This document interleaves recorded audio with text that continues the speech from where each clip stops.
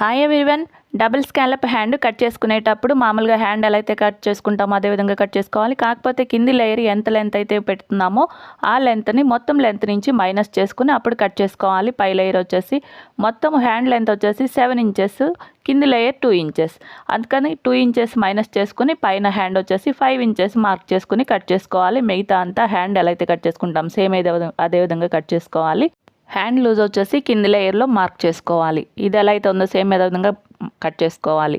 చూడండి, కింది లేయర్ వచ్చేసి 2 ఇంచెస్, దానికి 1 ఇంచ్ ఎక్స్ట్రా కలుపుకోవాలి. స్టిచెస్ కోసం పైన కింద స్టిచెస్ కావాలి కదా, దానికోసం స్కాలప్ మార్కింగ్ కోసం ఒక అట్టని కట్ చేసుకోవాలి. గట్టిగా ఉండే అట్టని 1.5 ఇంచ్ వెడల్పు, పైకి వచ్చేసి ఒక 30 ఇంచుకి ఒక మార్క్ చేసుకుని ఇలా స్కాలప్ మాదిరిగా మార్క్ చేసుకుని కట్ చేసుకుని ఫీజింగ్ మీద మార్క్ చేసుకోవాలి. ఫీజింగ్ మీద ఎలా మార్క్ చేసుకోవాలో ఒక వీడియో చేశాను చూడండి.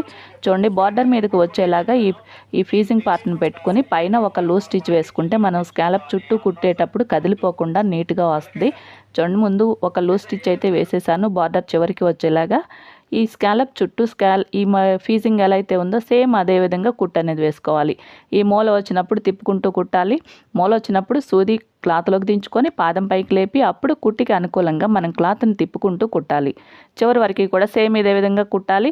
ఒక 1/2 ఇంచ్ కచ్చోదులు పెట్టుకుని కట్ చేసుకుని మూలలు వచ్చిన చోట నాట్లు పెట్టుకోవాలి, ఈజీగా తిరుగుతుంది. ఈ లూజ్ స్టిచ్ తీసేసి అప్పుడు రివర్స్ చేసుకోవాలి. ఈ రివర్స్ చేసేటప్పుడు సరిగ్గా తిరగలేదు అనుకోండి, చూడండి ఇక్కడ గోరుతో గీరినట్టు చేయాలి. కుట్టు ఉంటుంది కదా, స్కాలప్ కుట్టినప్పుడు ఆ గోరుతో గీరినట్టు చేసుకుంటే నీట్గా తిరుగుతుంది. ఈ మధ్యలో ముడతలు వచ్చినట్టుంటే ఇలా రబ్ చేస్తే నీట్గా వచ్చేస్తుంది.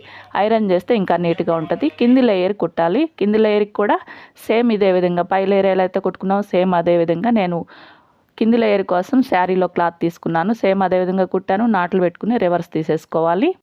ఐరన్ చేసుకుంటే నీట్గా ఉంటుంది మనం కుట్టడానికి. రెండు కూడా నేను ఐరన్ చేసేసాను. చూడండి, ఒకసారి లెంత్ అనేది చెక్ చేసుకోవాలి.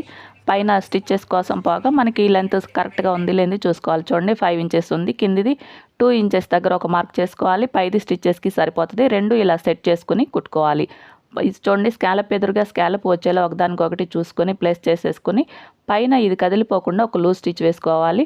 ఆ తర్వాత స్కాలప్ చుట్టూ కుట్టుకోవడానికి ఈజీగా ఉంటుంది, మనకి కదిలిపోకుండా కూడా ఉంటుంది. ఇప్పుడు స్కాలప్ చుట్టూ కుట్టుకోవాలి. కుట్టేటప్పుడు చూడండి, ఈ స్కాలప్ ఉంది కదా గోల్డ్ కలర్, దాని చుట్టూ కుట్టాలి. చివరికంట కుట్టాలి. కుట్టు ఎప్పుడు కూడా ఇలా స్కాలప్ చుట్టూ కుట్టేటప్పుడు కుట్టు చివరికి పడేలా చూసుకోవాలి. చివరి వరకు కూడా సేమ్ ఇదే విధంగా కుట్టేసుకోవాలి. ఈ బ్లౌజ్ కటింగ్ స్టిచ్చింగ్ మన ఛానల్లో ఉంది, ఒకసారి చూసేయండి. మీకు ఈ వీడియో నచ్చితే తప్పకుండా లైక్ చేయండి, మీకు తెలిసిన వాళ్ళకి షేర్ చేయండి, మన ఛానల్ని సబ్స్క్రైబ్ చేసుకోండి. వీడియో ఎలా ఉందో ఒక కామెంట్ పెట్టండి. లైక్ చేసి కామెంట్ చేయడం వల్ల వీడియో ఎక్కువ మందికి రీచ్ అవుతుంది. Please, thank you for watching.